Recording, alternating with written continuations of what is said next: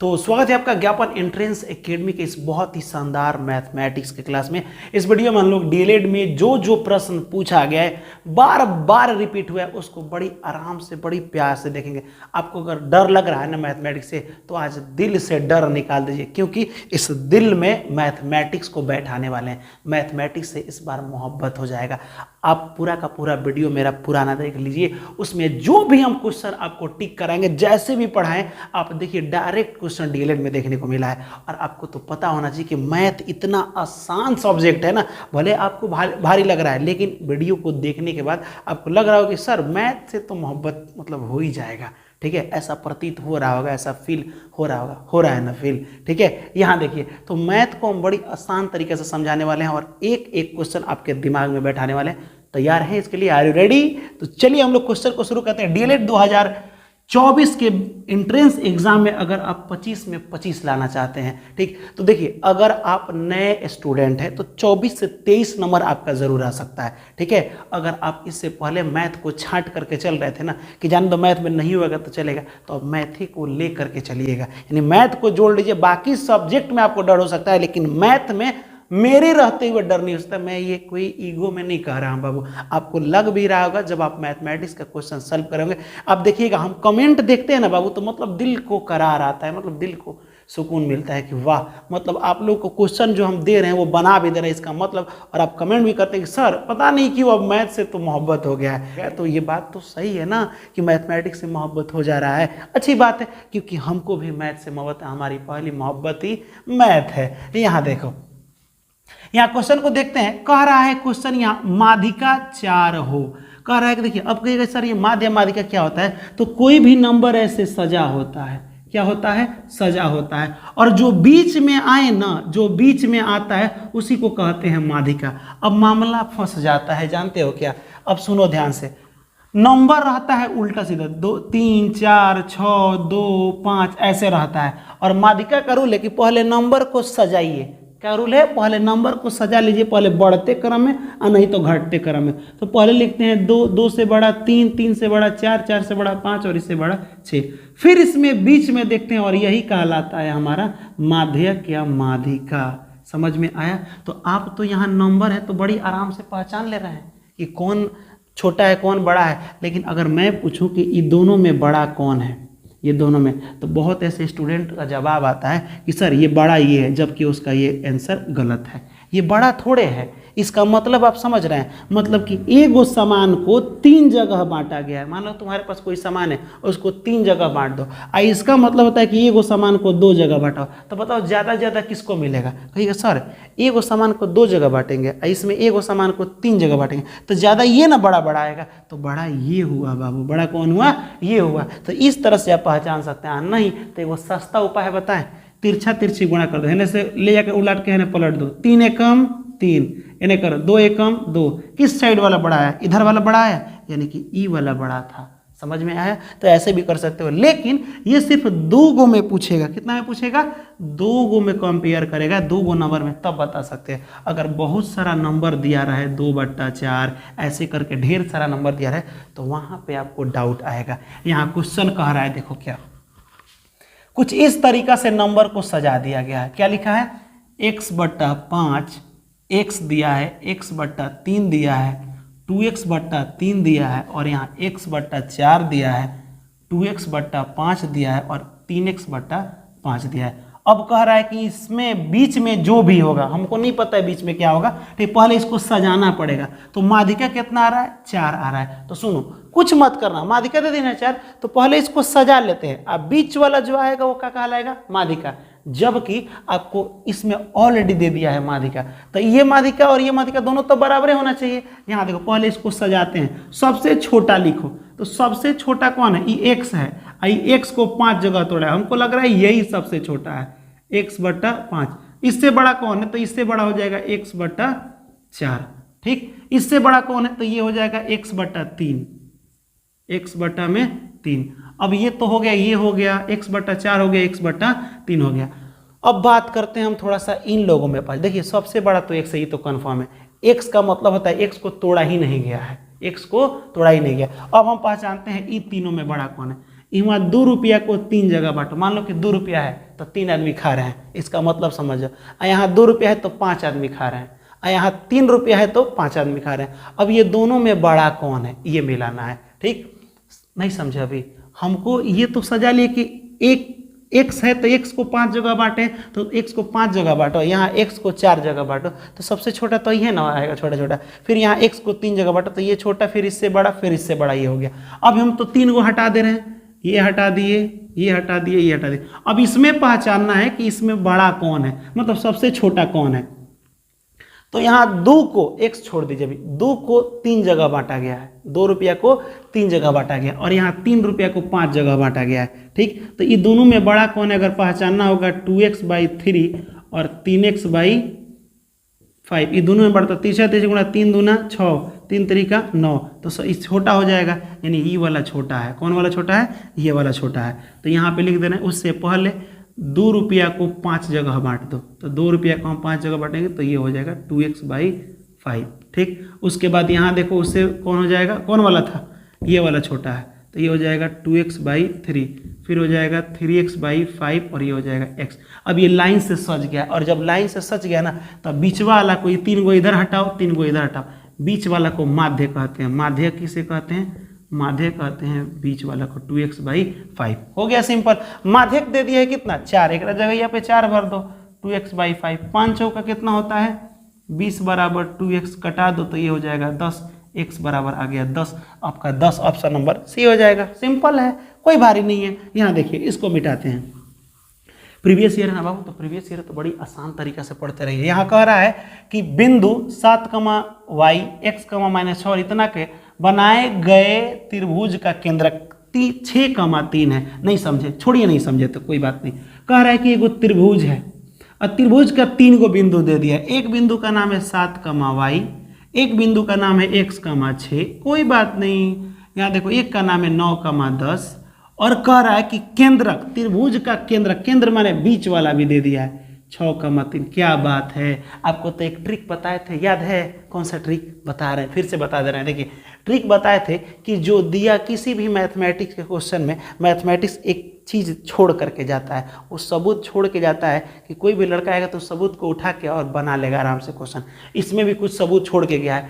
बोले थे वो सबूत है कि जो क्वेश्चन पढ़ना, जो दिया रहता है उसी का फॉर्मूला भरते हैं। तो केंद्रक दिया है 6, 3 दिया है, लेकिन फिर भी केंद्रक का ही फॉर्मूला बनेगा। अब फॉर्मूला तो बड़ी आसान होता है। केंद्रक का फॉर्मूला क्या होता है जी? बड़ी आसान होता है। क्या?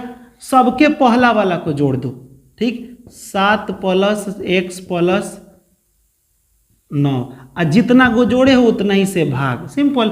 सबके दूसरा वाला को जोड़ दो, कामा दे करके, y + -6 और प्लस में 10, प्लस मैंने 7 में रहता है तो ब्रैकेट डाल दिया था। अब बट्टा में क्या डालना? 3। केंद्रक दे दिया है। केंद्रक कितना दे दिया है? हटा देते हैं इसको, केंद्रक को 6, 3। इसका मतलब हुआ, इसको सॉल्व कीजिएगा, कामा है यहाँ पे, देखिएगा, इसको 2 जगह तो 2 आंसर आएगा ना, तो इसको सॉल्व कीजिएगा तो इसके बराबर आएगा, पहला वाला के बराबर आ जाए, और दूसरा वाला के बराबर आ जाएगा। तो पहला वाला का बराबर करते हैं, 6 बराबर, देखिए बीच में यहाँ कमा है, यहाँ भी कमा है, इसके बाएं साइड वाला ये हुआ, इसके बाएं साइड वाला ये, दोनों को बराबर करो। 7 और 9 कितना होता है? तो 9 और 7 होता है 7, 7, 14, 15, 16, अब बट्टा प्लस 1, अब बट्टा में 3, ये 16 + 1 बराबर 6, 3, 18 बराबर 16 + x, प्लस में इधर आएगा तो माइनस में, तो 18 में से 16 जाएगा, 2 बचेगा, x का मान 2। वैसे इसमें देख लीजिए, कहीं x का मान 2 आया है तो यहीं पे आया है x पहला वाला 2, x का मान 2 है ना, तो हमको लगता है कि तब y का मान 5 इसी में आएगा। यही आपका आंसर हो जाएगा। बना के देख भी लेते। देखिए, ऑप्शन आपको एग्जाम में समय कम रहेगा, तो इस तरह से एक देख लीजिएगा, एक बना करके, x बराबर 2, पहले वाला में 4 आया है, यहाँ 2 आया है, यहाँ 5 है, तो यही आंसर हो जाएगा। आखिरकार ये बनाइएगा ना, इसको जब इसके बराबर कीजिएगा तो आपको मिलेगा 5 ही। चलिए, अगर विश्वास नहीं होता है हम पर तो एक बार देख लेते हैं। यहाँ पे क्या दिया है? 6 है, तो हो जाएगा y - 6 + 10 अब बट्टा में 3, 3 तरीका हो जाएगा 9, 10 में से 6 हो जाएगा तो कितना हो जाएगा? 4 हो जाएगा। अब बट्टा में, बट्टा कुछ नहीं है, प्लस में नहीं आएगा तो माइनस में, 9 - 4 बराबर y, तो ये 9 में से 4 जाएगा 5। आखिरकार y बराबर 5 ही आया कि नहीं? यही आपका ऑप्शन हो जाएगा। ये कह रहा है कि 15√3 जो है ये क्या है? अपरिमेय संख्या है। कोई भी संख्या अगर रूट में रहे, खूब प्रयास करो, अगर ये बाहर नहीं निकलता है तो इसे क्या कहते हैं? अपरिमेय। और कोई भी संख्या अगर बाहर निकल जाए तो उसे परिमेय कहते हैं। परिमेय ऐसे भी होता है, ये भी परिमेय है, इसको भी बट्टा में लिख सकते हैं। 0.2333 एक ही जैसा बार बार नंबर है, ये भी परिमेय में हो सकता है। और नंबर जो है ये भी बट्टा में। परिमेय माने जिसको बट्टा में लिख दें, इसको भी लिख सकते हो, इसको भी लिख सकते हो। आइए तो बट्टा में है ही, क्या ये बट्टा में संख्या नहीं है? क्यों? हर व्यक्ति के नीचे एक छिपा रहता है, आपके भी नीचे एक है, ठीक है। आपके नीचे अगर 2 लगा दिए जाए ना, एक मतलब आपका ब्याह हो गया है, आप 2 हिस्सा में बट गए हैं, ठीक है, यही होता है। यहाँ देखिए तो 1/2 नहीं, अभी एक के हिसाब से चलिए ये समझ में है, ये अपरिमेय संख्या क्योंकि रूट में है, इसमें कुछ खास नहीं है। यहाँ देखिए अगला क्वेश्चन, हाँ ये क्वेश्चन पूछा गया है आपको, कई बार हम बताए भी ये क्वेश्चन रिपीटेड। जब भी आपको ऐसे दिखे cos a + b/2, अब पूछ दे इधर क्या होगा तो रट लीजिए। अगर इधर cos होगा तो है साइन होगा, क्या होगा? साइन। अगर इधर साइन रहता है ऐसे, साइन a + b/2, तो इधर साइन रहता तो इधर अपने से cos होता। फिर कहेगा सर फिर इसके बाद क्या होता? तो a और b है ना, क्या बच रहा है? c छूट रहा है, तो c/2 होगा। अगर यहाँ a b है तो यहाँ c/2। हमेशा ये चीज़ें याद रखिए। अगर गलती से हम लिख दें यहाँ पे 10 b + c/2, तो आप बताइए जब यहाँ 10 होगा ना तो ये साइड cot होगा, क्या होगा? कॉट होगा, याद रखिएगा। और जब b और c है तो क्या घट रहा है? a, तो यहाँ a/2 रहेगा, समझ में? अगर इधर कॉट रहेगा तो इधर 10 रहेगा, साइन रहेगा तो कॉस। तो यहाँ पे क्वेश्चन में क्या है? क्वेश्चन में है कॉस, क्वेश्चन में क्या है? कॉस। तो इसका आंसर हो जाएगा इधर साइन, a b है तो c घट रहा है तो साइन c/2 हो जाएगा। आंसर में कहीं दिया देखो साइन c/3 है, साइन c/2 आपका ऑप्शन नंबर c हो जाएगा, सिंपल। यहाँ देखिए समझ में आ रहा है तो आप खुद बताइए, COSEC कोसेक a + c/2, ठीक। तो यहाँ पे क्या आंसर होगा? ठीक है, अगर यहाँ कोसेक a + c/2 है तो यहाँ पे क्या होगा? कहीं हो सकता है कि आपको टाइप करने में ये दिक्कत हो बट्टा वाला, लेकिन फिर भी गलत सही टाइप कीजिएगा। यहाँ देखिए कह रहा है कि 5, 15 और 20 का लघुत्तम निकालिए, लघुत्तम LCM और HCF निकालिए। और जब दोनों निकल जाएगा ना तो उसको अनुपात में बदल दीजिए। अनुपात माने बाटा में कर दीजिएगा, इसको और इसको बाटा में कर दीजिए, इसी को तो अनुपात कहते हैं। तो निकाल लीजिए इसको, पहले LCM 5, 15 और 20 का लघुत्तम। वैसे एक बहुत आसान उपाय इसका ट्रिक भी बताए थे, लेकिन छोड़िए आप ट्रिक मत जानिए, इसका लघुत्तम निकाल लीजिए। कितना होगा इसका लघुत्तम? 5 से निकालिएगा तो ये हो जाएगा आपका 5 एकम 5, 5 3 15 और 5 चौका 20। गुणा कीजिए, 4 3 12, 12 25 कितना हो जाएगा? 60। LCM आया आपका 60। HCF निकाल लीजिए, तो HCF भाग विधि द्वारा निकाल लीजिए। 5 3 15 कट गया, इसको HCF कहते हैं। लेकिन ये दोनों को निकालने अभी 2 नंबर को, तो 5 आया, फिर इस 5 को उठा करके 20 में 5 चौका 20, इसका HCF कितना? यही आ रहा है बार बार, तो HCF आ गया आपका HCF 5। समझ में आया?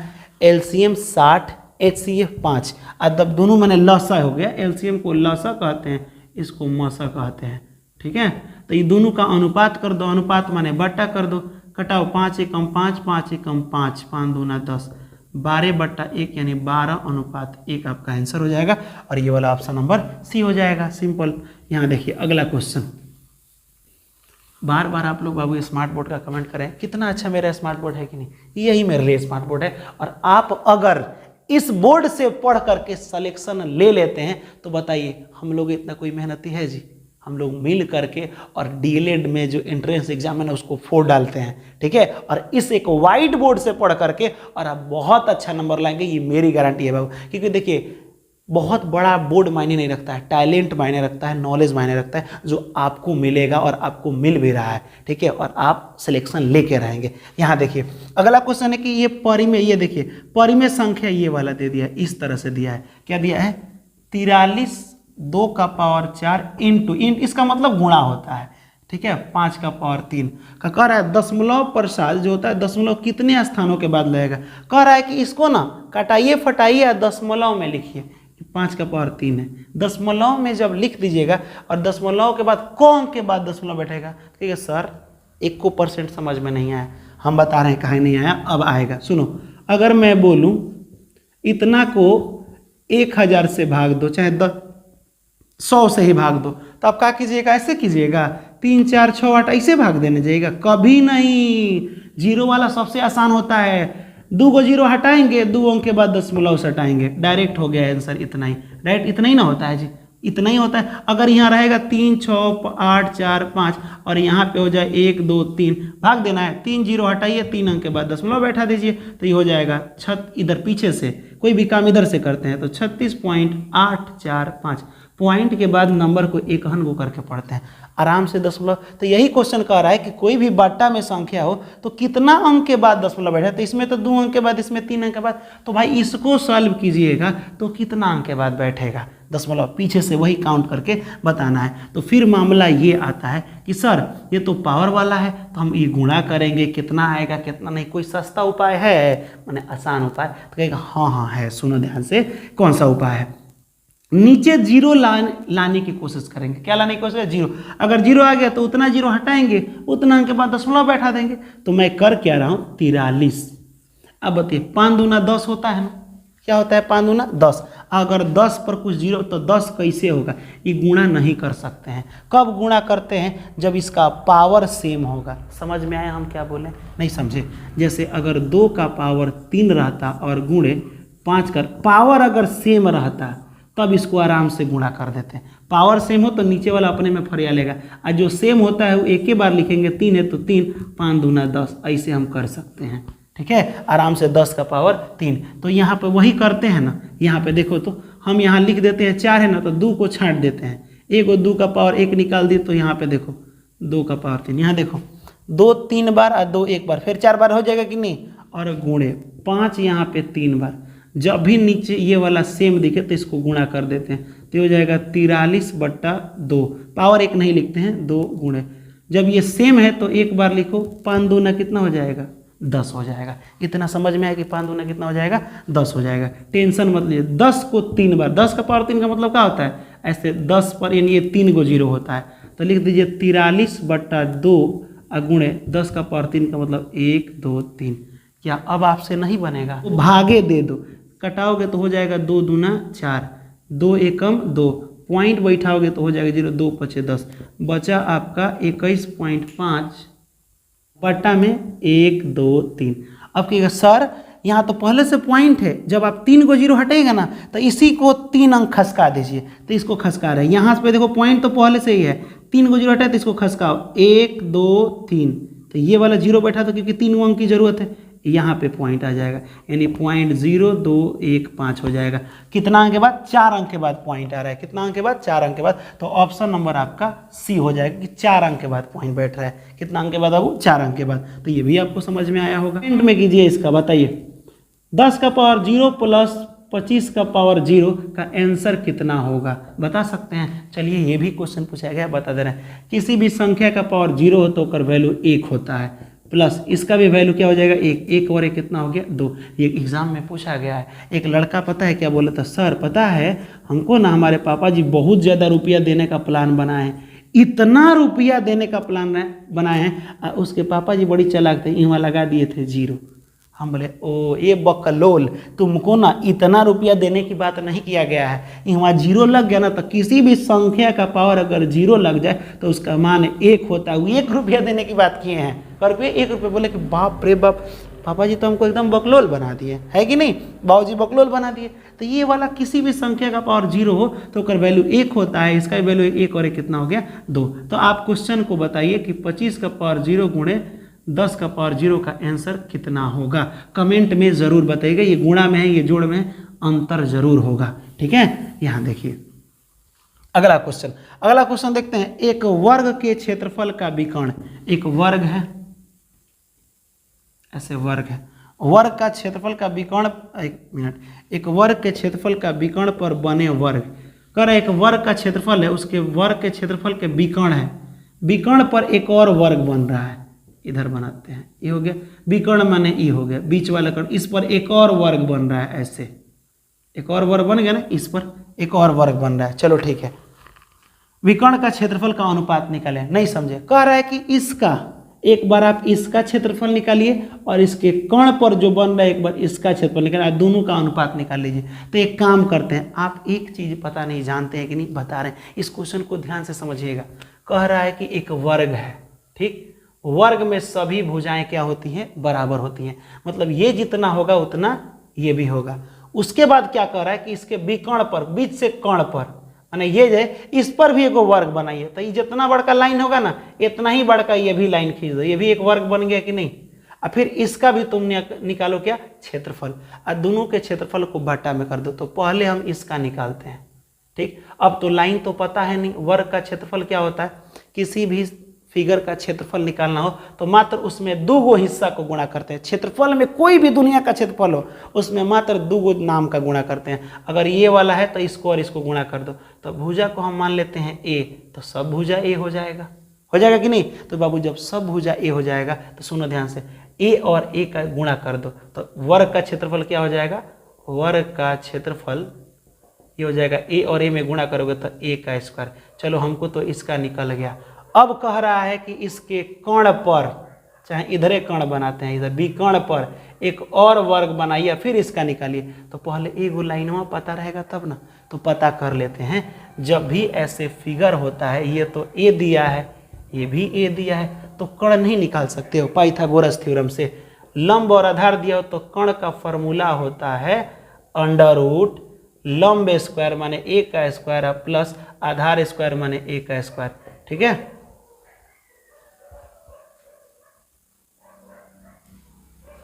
अब यहां देखिए ये हो जाएगा ए स्क्वायर 2a स्क्वायर, स्क्वायर से ए अपने लिए रूट हटा देगा लेकिन 2 नहीं हटा पाएगा, तो 2 हो जाएगा और ये हो जाएगा a, क्योंकि ये स्क्वायर से अपने लिए हटा दिया। तो इसका कर्ण कितना आया बाबू, इसका कर्ण आया आपका √2a। इसी पर तो वर्ग बना है ना, इस पर क्या बना है, वर्ग। यानी ऐसे फिगर है, देखिए एक वर्ग था ऐसे, ये a था, ये a था, अभी ये कर्ण निकाले हैं तो √2a आया। इसी पर एगो सेम टू सेम वर्ग बना है, सब लाइन तो ये भी √2a ये लाइन हुआ, तो ये भी लाइन होगा √2a। जब इसका क्षेत्रफल निकलेगा तो ये भी भुजा स्क्वायर, तो इसका क्षेत्रफल निकलेगा तो √2a गुणे √2a, गुणा कीजिए 2 दूना 4, 4 का वर्गमूल 2 होता है और ये a स्क्वायर हो जाएगा। इसका क्षेत्रफल इतना है। पहला वाला का क्षेत्रफल a स्क्वायर और दूसरा वाला नहीं समझ में आया का, जैसे कि ये कर्ण निकला ना √2a, तो सब लाइन उतने ना होगा। कह रहा है कि विकर्ण पर, समझिए विकर्ण पर एक वर्ग फिर बन रहा है, तो यही ना सब भुजा बराबर होता है, तो ये जितना होगा उतना ये भी होगा, ये भी होगा, ये भी होगा। तो वर्ग का क्षेत्रफल होता है भुजा गुणे भुजा, तो इसको गुणा कर दिए तो आया इसका क्षेत्रफल। तो इस वाला का क्षेत्रफल इतना आया और इस वाला का क्षेत्रफल गुणा किए तो इतना आया, और इसका दोनों का निकाल देना है अनुपात, तो कर देते हैं बट्टा में a स्क्वायर और बट्टा 2a स्क्वायर। ये से ये खत्म एक बार में, 1/2 यानी 1:2 आपका आंसर हो जाएगा, यानी ऑप्शन नंबर आपका सी हो जाएगा। सिंपल, इसको अब मिटाते हैं। चलिए, कह रहा है कि किसी त्रिभुज के तीनों कोणों का योग कितना होता है। सब कोई जानता है कि त्रिभुज के तीनों कोणों का योग 180 डिग्री होता है, ये कई बार पूछा गया, इसको कमेंट में बता दीजिए। जिस समीकरण युग में लेखा चित्र, माने जो भी चित्र बनेगा वो एक दूसरे के समानांतर हो। मान लो कोई समीकरण है, लाइन ऐसे खींच रहे हो, समानांतर माने जो लाइन आमने सामने हो, एकदम ट्रेन के पटरी की तरह कभी नहीं मिले। तो बताइए जब कभी नहीं मिलेगा तो एक दूसरे को विरोधी न कर रहा है कि देख तू मेरे से मत मिलना, हम तुम्हारे एकदम विरोधी है, तो इससे कहते हैं विरोधी। जब वो कभी नहीं मिलेगा, समानांतर रहेगा, तो उसे विरोधी कहते हैं। तो विरोधी आपका आंसर हो जाएगा। क्या आपसे ये बनेगा? आपको पता होना चाहिए कि सबसे ज़्यादा कोई वीडियो अगर चला है तो वो इसका ट्रिक वाला वीडियो चला था। लगभग 80,000 लड़के देखे हैं। कितना लड़के देखे हैं? 80 से 90,000 लड़के उसको देख लिए हैं बाबू, इस टाइप के क्वेश्चन को, और वो हम ट्रिक से बताए हैं 80 से 90,000 लड़के, और बहुत खुश है कि ये वाला आ गया। आपको बताए थे कि इस टाइप के क्वेश्चन में सबसे आसान ट्रिक क्या होता है। ऐसे दिया है √6 + √6 + √6, ऐसे करके इसका आसान ट्रिक क्या है, 6 को 2 हिस्सा में तोड़ दो तो 2×3 6। ठीक, अब ध्यान से सुनो, अगर ये प्लस में आंसर होगा, किसमें? प्लस में, तो बड़ा वाला आंसर हो जाएगा। जो भी नंबर होगा उसको 2 हिस्सा में तोड़ दो। अगर ये प्लस हुआ तो प्लस में नंबर, अच्छा कोनो चीज़ जोड़ते हो तो बढ़ता है ना, तो बड़ा वाला नंबर। अगर यही क्वेश्चन 6 - √6 - √6 रहता तो ये 2×3 6 ही होता, लेकिन माइनस में रहता तो 2 आंसर हो जाता। तो प्लस में था इसीलिए यहाँ पे 3 आंसर हो जाएगा, नहीं ऑप्शन नंबर आपका डी हो जाएगा। तो उम्मीद करते हैं कि ये 10 क्वेश्चन आपको समझ में आया होगा। अब बिना देर की हम लोग परसेंटेज देखते हैं, कुछ परसेंटेज में, जो कि सीआई और एसआई का एक मस्ट इंपॉर्टेंट क्वेश्चन है। ठीक है, चक्रवृद्धि ब्याज का, उसको बिना देर किए देखते हैं। चक्रवृद्धि ब्याज और साधारण ब्याज समझने से पहले कुछ बेसिक समझते हैं कि एसआई क्या होता है, यानी कि साधारण ब्याज सिंपल, और सीआई क्या होता है। देखिए, एसआई होता है साधारण ब्याज, यानी कोई रुपया मान लीजिए हम आपको दिए और उस पर आप ब्याज ले रहे हैं। समझिएगा, मान लीजिए कि हम रुपया आपको दिए और हम आपसे कहेंगे कि हम रुपया देंगे ना तो ब्याज पर लेंगे। क्या लेंगे? ब्याज पर। तो मान लीजिए कि 1 साल का ब्याज मेरा 10 रुपया बढ़ा। कितना रुपया? 10 रुपया। तो अगले साल भी अगर वो 2 साल दिए तो 2 साल में कितना हुआ? 1 साल में 10 रुपया, तो 2 साल में 10 रुपया और बढ़ेगा। समझे? मान लीजिए कि हम आपको दिए 500 रुपया, अब बोले कि 1 साल बाद तुम्हारा ब्याज फिर 10 रुपया बढ़ेगा। फिर अगर 1 साल और तुम पैसा रहोगे फिर 10 रुपये, नहीं, हर साल 10-10 रुपया बढ़ेगा। ठीक, तो ये होता है साधारण ब्याज। क्यों? क्योंकि आप साल बढ़ा रहे हैं। लेकिन अगर यही रहता चक्रवृद्धि ब्याज सीआई, तो 1 साल में जो 10 रुपया बढ़ता है ना, ठीक, अब ये 10 रुपये में जुट जाएगा। जुट के कितना हो जाएगा? 510 रुपया। अब 510 रुपया आपका ओरिजिनल पैसा हो जाएगा। क्या हो जाएगा? नहीं समझे आप? जैसे यहाँ देखिए, मान लीजिए कि हमने आपको दिया 1000 रुपया। कितना 1000 रुपया? 1000 रुपया, और दिए हम 1 साल के लिए। ब्याज लेंगे हम आपसे 10%। कितना परसेंट ब्याज लेंगे? 10%। और टाइम 1 साल दिया, हमेशा 1 साल का परसेंटेज, हमेशा 1 साल का ही निकाला जाता है अधिकतर। यहाँ देखिए, 1000 रुपया हम आपको ब्याज दिए और 10% के ब्याज से। अब 10% का ब्याज का मतलब हुआ कि 1 साल में हम 10% बढ़ाएंगे। तो पहले, अब हम आपसे अगर पूछे कि 10% माने क रुपया बढ़ा रहे हैं, तो देखो निकाल लो। 1000 रुपये दिए थे, अगला साल हमको 10% दीजिएगा, तो 10 रुपये नहीं मांग रहे हैं, 10% मांग रहे हैं। तो 10% माने क रुपया हुआ, तो 1000 का 10% निकाल लो, प्रतिशत हटाओगे तो नीचे 100 लिखना पड़ता है। 2 0 से 2 0, ये 10 दिए 100, यानी कि 1000 का 10% 100 रुपया होता है। कितना? 100 रुपया। यानी कि हम अगर आपको 1000 रुपया दे रहे हैं 10% के हिसाब से, तो 10% लेंगे, अगला साल 100 रुपया बढ़ा के लेंगे। क रुपया बढ़ा के लेंगे?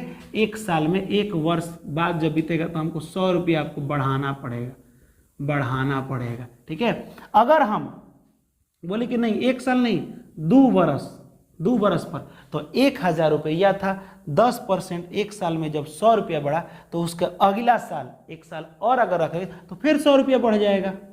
समझ में आए? फिर 100 रुपया। क्यों? क्योंकि 1000 रुपया फिर आपका था, फिर इस पर कितना परसेंट रहेगा? 10%। परसेंट माने 100 कट जाएगा, फिर आपका कर पे बढ़ा 100 रुपया। लेकिन इसको कहते हैं साधारण ब्याज। रुपया मेन इतना ही है, जो दिए हो ना, हम जो 1000 रुपया दिए हैं, आपको दिए हैं, तो उतना ही पर बढ़ेगा। लेकिन चक्रवृद्धि ब्याज यानी सीआई में ऐसा नहीं होता है। ठीक, अगर हम आपको 1000 रुपया दे दिए हैं 10% के हिसाब से, तो पहला साल तो ठीक है, 1000 रुपया मैंने आपको दे दिया, समझिएगा ध्यान से। ठीक, 10% के हिसाब से दे दिए, तो 1 वर्ष में ठीक है आप 100 रुपया बढ़ा देंगे, 10% निकाले 100 रुपया। लेकिन उसके अगले साल अब ये 1000 रुपया मेरा नहीं रहा। अब कहेंगे जो हम तनी बढ़ाए हैं ना, 100 रुपया बढ़ाना, ये आके इसमें जुट जाएगा। तो 1000 पहले से था और 1 साल बाद 100 रुपया बढ़ गया, तो हमारा रुपया अब हो गया 1100 रुपया। कितना हो गया? 1100। अब हम 1100 पर ब्याज जोड़ेंगे। पहले देखिए, यहाँ दूसरा साल भी 10% पर जोड़े हैं, पहला साल भी 10% पर, यानी कि 1 साल में 100 रुपया इसमें बढ़ा, 100 रुपये से, तो 200 रुपया हमारा बढ़ा। यानी कि 2 वर्ष में कितना रुपया बढ़ा है? 200 रुपया बढ़ा है। 1000 तो दिए थे आप हमको, और 2 साल रुक गए तो 200 रुपया बढ़ गया, तो 1200, यानी कि 1200 रुपया हम आपको वापस करेंगे। लेकिन इसमें ऐसा नहीं होगा। ठीक है, 2 साल का 200 रुपया बढ़ा, लेकिन इसमें 2 साल का 200 नहीं बढ़ेगा। 1 साल का 100 रुपया बढ़ेगा, इस 100 रुपया के जुट गया, अभी हो गया 1100। 1100 का फिर अब 10% निकालो, 10%, तो प्रतिशत का मतलब होता है 100। इससे 2 0 से 2 0 खत्म हो गया, तो ये बचा 110 रुपया हुआ। यानी कि ये दूसरे साल का हुआ, समझ में आया? 1000 का 10% 1 साल में इतना, फिर जाके जुट गया, इसका 10% निकाले तो ये दूसरे साल का, यानी कि एक पहले साल का 100 रुपया और दूसरे साल का 110 रुपया, और यहाँ हो जाएगा कितना? ये हो जाएगा 210 रुपया। तो आप बताइए कि चक्रवृद्धि ब्याज ज़्यादा हो रहा है कि नहीं?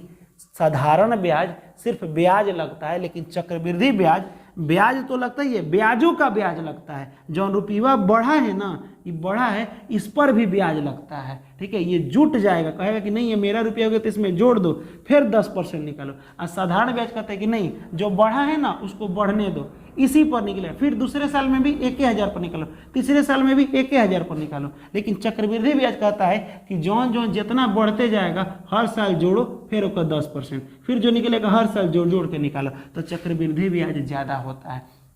ब्याज पर ब्याज ठोकना चक्रवृद्धि ब्याज कहलाता है। अब सोचिएगा सर ये उतना समझ में नहीं आ रहा है, अरे सुनो ना, इसके लिए पर्सनल वीडियो बनाना पड़ेगा, तब जाके आपको एक वीडियो पूरा बनाना पड़ेगा सीआई और एसआई का, लगभग कितना आधा घंटा से 1 घंटा तक लगभग बनाना पड़ेगा, तब जाके आपको पूरा एसआई और सीआई समझ में आएगा कि कैसे ब्याज लिया जाता है। ठीक है, ध्यान देखिए, कह रहा है कि 1,000 रुपया है, 5% के ब्याज पर लेना है 2 साल में चक्रवृद्धि ब्याज। बाप रे, बड़ी खतरनाक ब्याज जोड़ा है।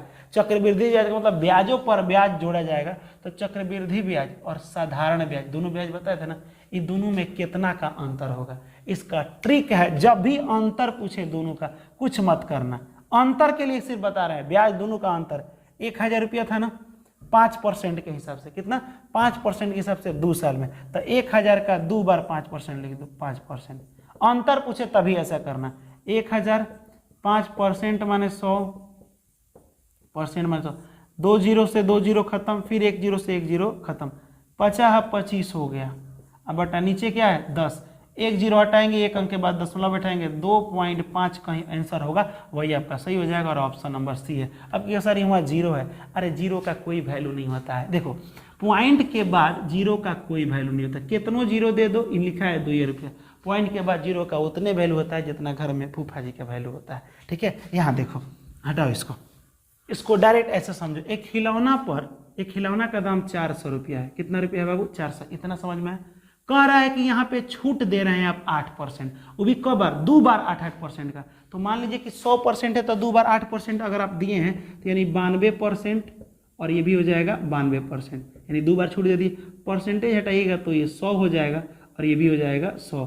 2 जीरो से 2 जीरो खत्म, ये हो जाएगा 25 चौका कितना हो जाएगा 100। यहाँ हो जाएगा 92 गुणे 92, अब बट्टा में क्या आ गया 25। इतना समझ में आया। जब इतना समझ में आया तो ये 92 में 92 से गुणा कर लीजिए, यानी 92 का स्क्वायर, यही ना होता है। इसका ट्रिक होता है 2 दूना 4, 9 दूना 18, 2 36 के 4 में 3, 9 9 81 82 83 84, अब बट्टा में हो गया 25, यानी कि इतना आया 84 64 और बट्टा में आ गया 25। ई आया आपका छूट। कटाइएगा तो पता चल जाएगा इसका दाम कितना है। कटा दीजिए ना, चलिए कटा देते हैं। कटाइए 25 से, 25 3 75 हो जाएगा, 14 में से 5 जाएगा 9 हो जाएगा, ये बचे कट गया, फिर ये 6 होता है, 25 3 75 हो जाएगा, 25 चौका 100 होता है, 75 लिखो 75, ये हो जाएगा आपका 1, ये हो जाएगा आपका 2। ठीक, यहाँ पे उतार दीजिए आप कितना 4, 25 3 75, 25 चौका 100, 25 5 125, 25 6 150, 25 7 175, 25 7 200, ये हो जाएगा 4, 1 खत्म हो गया, पॉइंट बैठाइएगा 0 होगा। ठीक, 25 दूना 50, 25 3 75, 25 चौका 100, 25 5 125, ये हो जाएगा 5, ये हो जाएगा 1, ये कट गया, फिर 0 उतारिए, 25 5 125 6 150 आया। ठीक है, कितना आया, यानी कि जब हम छूट दिए थे तो आया है 338 रुपया 56 पैसा। वैसे यहीं से भी ट्रिक लगा सकते हैं अगर आपका थोड़ा भी दिमाग काम करो। 56 इसमें लास्ट में है ना, इसमें जिसमें लास्ट में 56 आएगा वही आंसर आपका सही हो जाएगा। तो यही आ सकता है, लेकिन कोई बात नहीं, अगर नहीं आ रहा है तो कोई दिक्कत नहीं है। यहाँ देखिए 400 रुपया था, 2 बार छूट दिए, यानी कि 2 बार छूट दिए तो 400 का सामान था 338 रुपया 56 पैसा, यानी 56 रुपीज़ में बेचा गया। अब दूसरा दुकानदार आया, बोला कि 400 रुपया है ना, 2 बार 8% छूट हम नहीं देंगे, हम एक ही बार दे रहे हैं 16%। तो देखिए कोई भी चीज़ अपने आप में 100%, डायरेक्ट 16 घटाओ तो कितना होगा, यानी कि 84% में ही बेचा है। 16 घटा, छूट देगा तो कम कर देना, बटा में 100, ई घटा दीजिए, कितना हो जाएगा 4 चौका 16 के 6 हाथ में 1 और 8 चौका 32 और 1 33। अब देखो ई आया तो 400 रुपये का सामान 336 रुपये में बेचा। ई था तो 2 बार छूट दिया, 400 का सामान 338 रुपया 56 पैसा में बेचा। तो आप बताइए कि दोनों में कितना का लॉस हुआ है। तो 338 है, ठीक, यहाँ पे है 336, तो घटाइएगा तो 2 ही ना बचेगा, तो 2 रुपया 56 पैसा बचा कि नहीं। पैसा को अभी नहीं रखें, पैसा को इधर साइडे में रखे हैं, ठीक, पैसा को इधर 5 और 6 रख देते हैं इधर, ये वाला, तो ये हो जाएगा पॉइंट के सामने पॉइंट, 2 रुपया 56 पैसा का लॉस हुआ है, यानी ऑप्शन नंबर आपका यही हो जाएगा। तो ये कोई बड़ी बात नहीं थी। यहाँ देखिए कह रहा है कि एक समबाहु त्रिभुज का परिमाप, देखिए समबाहु त्रिभुज मैंने जिसकी दो भुजाएं आपस में बराबर हो उसे समबाहु त्रिभुज कहते हैं। तो समबाहु त्रिभुज का परिमाप यानी सब लाइनवा को जोड़ा गया। परिमाप का मतलब होता है किसी भी फिगर का परिमाप पूछे ना, बस सभी लाइन को जोड़ दीजिएगा, मैंने मेढ़ी को जोड़ दीजिए साइड साइड में, उसी को परिमाप कहते हैं। तो तीनों को जब जोड़ा गया है तो कितना है, 3.6 मीटर है। समझ में आए, तीनों को जोड़े हैं तो 3.6। कह रहे इसका आधार प्रत्येक समान भुजा से 30 मीटर छोटा है। कह रहा है ध्यान से सुनो, जो इसका आधार ना, आधार माने नीचे वाला, ये जो दोनों बराबर भुजा है ना, ये जितना भी है इससे ही छोटा है, 30 मीटर छोटा। अगर ये 40 होता तो ये भी 40 होता। क्यों? क्योंकि ये सम द्विबाहु है, माने दो गो बाहें बराबर है, इसीलिए सम द्विबाहु। तो अगर 40 होता तो इससे 30 मीटर छोट करो तो ये हो जाता है 10।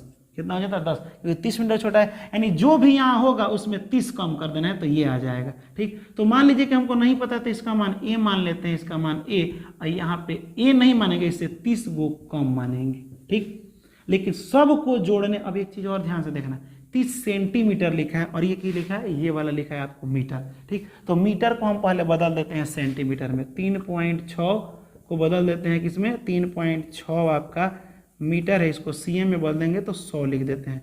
ये गुणा करेंगे तो हो जाएगा कितना आपका, मीटर को सीएम में बदल दिए, हाँ ठीक किए,